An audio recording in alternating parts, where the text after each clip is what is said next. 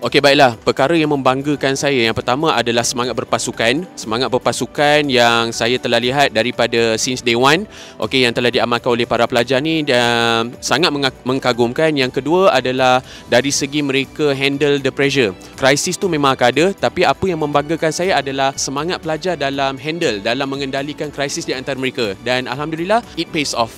Pertandingan ni semua tak semestinya manis. Saya banyak juga pahit dia. Idea kami ni, saya banyak lagi idea-idea kami ada sebenarnya, dan banyak sangat disagreements, banyak sangat debates, banyak sangat failures. Pada saya, pertandingan ni sangat bagus untuk pelajar kerana ia bukan sahaja apa yang pelajar apply dalam kelas, tapi juga pelajar boleh apply apa yang mereka belajar di luar kelas secara praktikal dan teori. Dan ini pada saya adalah satu perkara yang sangat baik dan positif kerana selain dia apply apa yang dia belajar di luar kelas, pelajar juga dapat merasai hands-on approach di mana ada beberapa teori yang mereka belajar dalam kelas di-apply secara direct kepada di luar kelas. So, antara pengajaran yang kami belajar, yang pertama tentang ilmu STEM. Sebab ilmu STEM ni ialah campuran antara teori dan praktikal. So, kami dapat belajar banyak, especially a very genius physics teacher taught us about macam concepts of electricity dan sebagainya. Dan kami juga dapat gunakan concepts of electricity tu untuk memberi balik kebaikan kepada environment.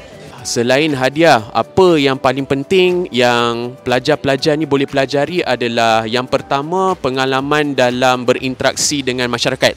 Yang kedua, pengalaman dalam memberikan perkhidmatan ataupun produk yang terbaik kepada masyarakat di luar, sesuatu yang tidak ada di dalam kelas. Kerana di dalam kelas mereka hanya berkomunikasi sesama guru dan pelajar, tetapi pada saya pertandingan ni adalah satu platform yang paling sempurna untuk pelajar untuk showcase talent mereka dan juga dapat berinteraksi dengan profesional-profesional yang ada di luar. Pada saya itu juga lebih berharga selain daripada hadiah yang mereka menang. Okey, pada saya pertandingan DIY ni sangat membantu dari segi memupuk kreativiti para pelajar, dan saya personally saya rasa pertandingan ni patut diteruskan pada masa-masa akan datang. Yang kedua, pertandingan ni dia berjaya memupuk semangat berpasukan yang ada pada pelajar, sebab biasanya kita nampak semangat berpasukan ni hanya ada dalam hari sukan dan sebagainya, tapi pada hari ini kita nampak semangat berpasukan ni bukan hanya boleh diterjemahkan dalam hari sukan sahaja, tetapi juga boleh diterjemahkan dalam pertandingan-pertandingan berbentuk ko-akademik seperti ini.